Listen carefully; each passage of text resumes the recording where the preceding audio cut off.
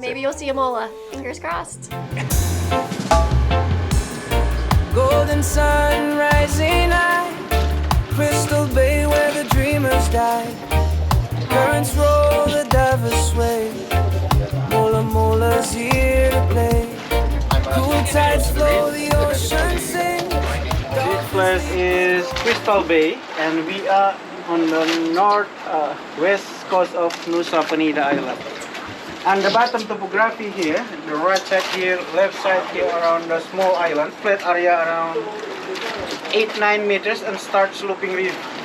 Okay, until 30 to 40 meters in the middle. And around the boat parking over there, flat area around 5-6 meters.